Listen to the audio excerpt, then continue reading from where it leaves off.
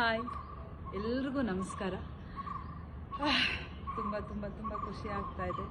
ನಿಮ್ಮೆಲ್ಲರ ಪ್ರೀತಿನ ನೋಡ್ತಾ ಇದ್ರೆ ನನಗೆ ನಿಜ ಹೇಳಬೇಕು ಅಂದರೆ ಮಾತು ಹೊರಡ್ತಾ ಇಲ್ಲ. ನನ್ನ ಜೀವನದಲ್ಲಿ ಒಂದು ದೊಡ್ಡ ಡಿಸಿಷನ್ ಅಂದರೆ ಅದು ಬಿಗ್ ಬಾಸ್ ಮನೆಗೆ ಹೋಗೋದಾಗಿತ್ತು.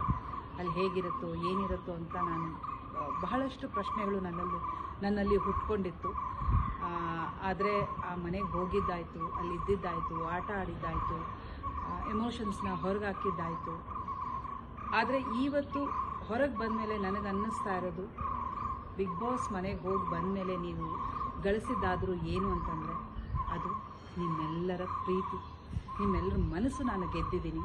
ಅದೇ ನನಗೆ ಬಹಳಷ್ಟು ಸಂತೋಷ ಕೊಡ್ತಾ ಇದೆ. ಅದಕ್ಕೆ ನಾನು ನಿಮಗೆ ಎಷ್ಟು ಕೃತಜ್ಞತೆ ಹೇಳಿದ್ರೂ ಸಾಲದು. ಈ ನಿಮ್ಮ ಪ್ರೀತಿಯ ಋಣ ನನ್ನ ಉಸಿರಿರೋ ತನಕ ನಾನು ಮರೆಯೋದಿಲ್ಲ. ನನಗೆ ಗೊತ್ತು, ನನ್ನ ಪ್ರತಿಯೊಂದು ಹೆಜ್ಜೆಯಲ್ಲೂ ನೀವೆಲ್ಲರೂ ನನಗೆ ಸಪೋರ್ಟ್ ಮಾಡಿ ಬರ್ತೀರಾ. ಆದರೆ ಬಿಗ್ ಬಾಸ್ ಮನೆಯಲ್ಲೂ ಕೂಡ ಈ ಮಟ್ಟಕ್ಕೆ ನೀವು ಹೆಲ್ಪ್ ಮಾಡ್ತೀರಾ ಅಂತ, ಈ ಮಟ್ಟಕ್ಕೆ ನೀವು ನನಗೆ ಸಪೋರ್ಟ್ ಮಾಡ್ತೀರಾ, ಈ ಮಟ್ಟಕ್ಕೆ ನನಗೆ ಪ್ರೀತಿ ಕೊಡ್ತೀರಾ ಅಂತ ನಿಜವಾಗ್ಲೂ ನನಗೆ ಗೊತ್ತಿರಲಿಲ್ಲ.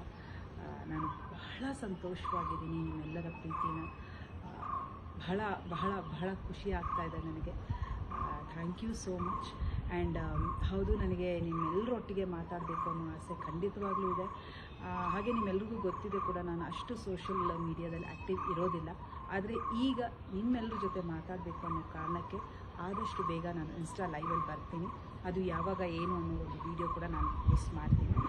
ಸ್ವಲ್ಪ ನನಗೆ ಟೈಮ್ ಕೊಡಿ. ಇನ್ನೂ ನಾನು ನಿನ್ನೆ ಬಂದಿದ್ದೀನಿ, ಮನೆಯಿಂದ ಹೊರಗೆ ಬಂದಿದ್ದೀನಿ.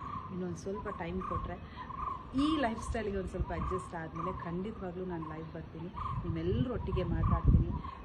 ಇನ್ಫ್ಯಾಕ್ಟ್ ನಿಮಗಿಂತ ಜಾಸ್ತಿ ನಾನೇ ಕಾಯ್ತಾ ಇದ್ದೀನಿ ನಿಮ್ಮ ಜೊತೆ ಎಲ್ಲ ಮಾತಾಡೋದಕ್ಕೆ. ಆಗ ನಾನು ಬಹಳಷ್ಟು ನನ್ನ ಅಭಿಪ್ರಾಯಗಳನ್ನ ನಿಮ್ಮ ಜೊತೆಗೆ ಹಂಚ್ಕೋತೀನಿ. ಆ್ಯಂಡ್ ಎಲ್ರಿಗೂ ಮತ್ತೊಮ್ಮೆ ಹೊಸ ವರ್ಷದ ಶುಭಾಶಯಗಳು. ಎಲ್ರಿಗೂ ಒಳ್ಳೆಯದಾಗಲಿ. Thank you so much. Love you all.